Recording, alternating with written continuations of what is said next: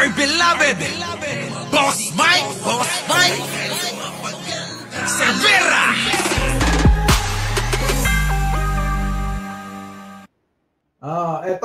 Sige. Ito na. Ano sabi? Tanggap. Bakit hindi nyo impeach ang nagbigay? Dahil kung wala naman nagbigay, walang natanggap. Hello? Isa sablay din itong si si Roque, no? Pero kung wala daw nagbigay, hindi naman yung issue nagbigay at nagtanggap eh. Ang issue dito, saan mo ba ginastos yung perang milyon-milyon? Diba? Ibig ba sabihin, kapag binigyan ko kayo ng pera, damay ako kung inyong, halimbawa yung pera ng kumpanya. Binigay ko sa inyo, pondo nyo. O gastusin nyo yan sa na pwede nyong paggastusan. Ngayon, na-dispal ko nyo. Kasalanan ko rin. Ano mga nagra-react sila, i-chismis nga lang. Ayan na. Sinakyan na nila. Di lalaki na naman yung issue. Lalong magkakalamat na naman sa relasyon ng vice presidente at presidente. Puti na lang si Pangulong Bongbong Marcos. Napaka-cool no? Ang galing niyang magdala sa mga ganyang mga issue no? Ay nako, talaga naman. Minsan yung talino nila, ginagamit nila para sa pansarili nilang kapakanan. Kaya nadadamay lahat. Pero alam nyo, ang mabuting balita, bagamat desidido na ang Kamara, di umano, kasama rin si Speaker Romualdez na isulong itong impeachment na ito para talagang matuldukan na ang mga Duterte. At narinig nyo bagamat, desidido na daw ang Kamara kasama yung Romualdez, yung Speaker. Chismis nga lang sa bagay sinabi mo, di umano, di chismis nga. Sinakyan niya pati yung chismis. Chinismis ko na rin. Ay, nako, Diyos ko po. Para manggigil yung taong bayan. Hindi na bahala kayo sa buhay niyo. Mag-away-away kayo. Di ba? Tayo, makikichismis na lang din. Bahala kayo dyan kung anong gusto nyong gawin. Di ba? Tuloy. Nag-aantay naman daw sila ng basbas kay Presidente. At talaga namang naniniwala ako na kinakailangan ngayon basagin na ni PBBM ang kanyang katahimikan. Sa kauna... Ay! Ano basagin? Nasaan ba yun? Mr. President, naghihintay daw ng basbas para impeach na yan si Vice Presidente. Anak ng pating na yan. Andali, nasaan ba yun? Nagsalita na si President Bongbong Marcos tungkol sa umuugong na issue ng posibleng impeachment case laban kay Vice President Sara Duterte. Sa isang ayan nagsalita na pala Ito naman si Roque. Ito na, nagsalita na. Ano ba sinasabi mong magsalita na at basagin na yung katahimikan? Tahimik nga itong mama. Ginugulo nyo lang. Tahimik tong mama. Kayo lang ang magugulo. Nadadamay tuloy itong si Pangulong Bongbong Marcos. Panayam sa Hawaii ay sinabi ng Pangulo na hindi nararapat na ma-impeach si Duterte sa gitna ng sinabi ni Representative Franz Castro na ipinag-aaralan na ito ng mga miyembro ng House of Representatives. Dagdag pa ni Pangulong Marcos na hindi naman daw bago ang usaping impeachment dahil mayroon daw talagang hindi sasang-ayon sa kanila. Pinuri din niya si Duterte at sinabing mahusay ito bilang Secretary ng Department of Education. Excellent din daw ang relasyon nilang dalawa. Yan naman pala Diba? Palakpakan yan. Alam niya yung vice at saka yung presidente natin, maayos naman Ang nagiging problema lang, etong mga asungot Etong mga talunan. Yung mga hindi mga nakaupo. Diba? Itong mga alipores na na hindi napagbigyan para makaupo sa gobyerno. Ngayon, nawala sila sa eksena. Alam mo, sa totoo lang, yung mga tao na nagngangawa na yan ang sisira. Yan ang sisira sa karir ni Sara Duterte. Ngayon, sinasabi nito, na basagin, talaga. Meron ako antay naman daw sila ng basbas kay Presidente. At talaga namang naniniwala ako na kinakailangan ngayon basagin na ni PBBM ang kanyang katahimikan.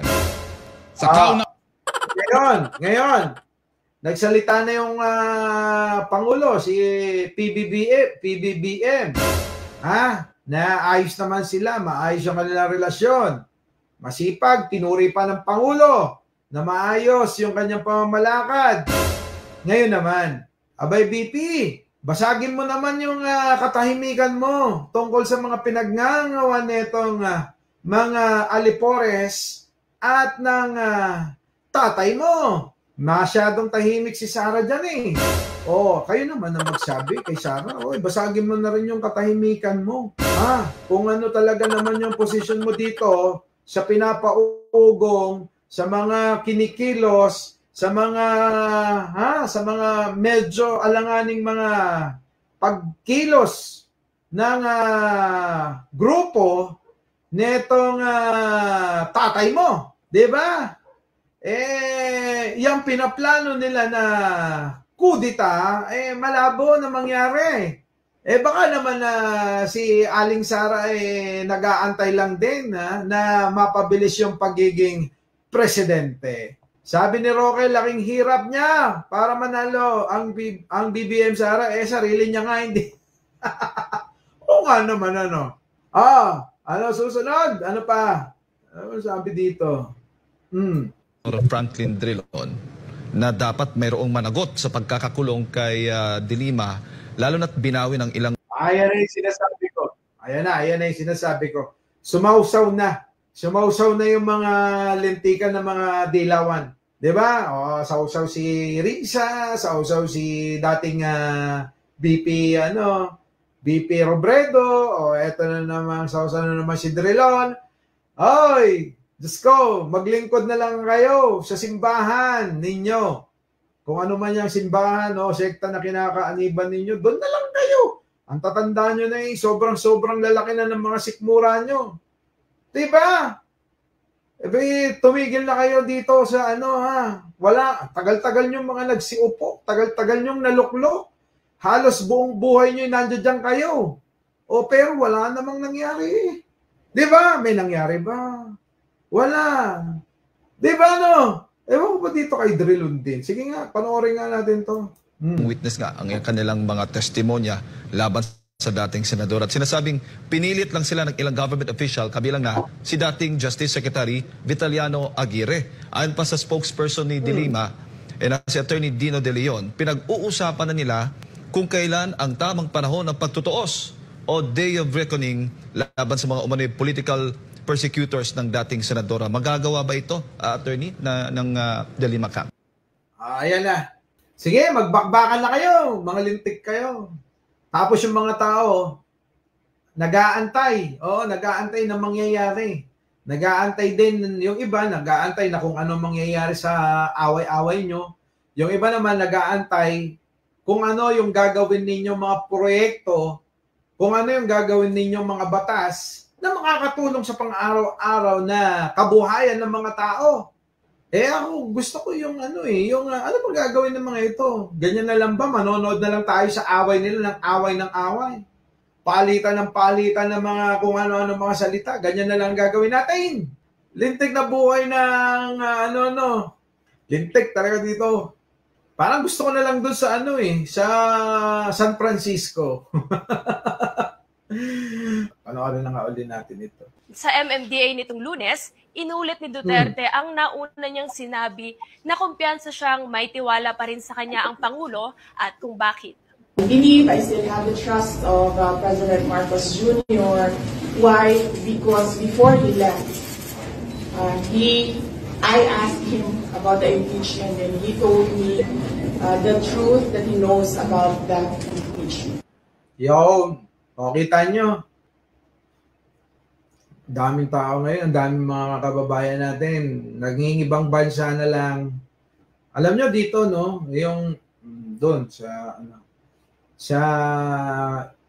may meron kaming dormitoryo. Yung mga estudyante dong mga umuupo pa. Alam nyo, pag tinanong mo, ano plano mo, anong pangarap mo? Kuya, pagkatapos ko, pupunta na ako ng UK. Ha? Anong course mo? Medicine po. O, anong plano mo pagkatapos mo ng medicine mo? Pupunta po ako ng Jamaica. O ikaw, anong course mo? Nursing po. O anong plano mo?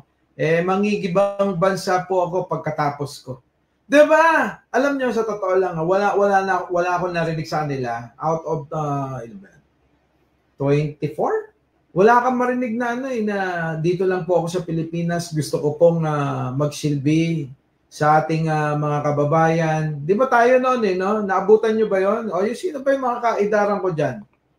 Yung mga edad mga 29 dyan, mga ganon. Di ba nung araw bakit gusto mong magpulis? Bakit gusto mong maging guro? Bakit gusto mong maging doktor?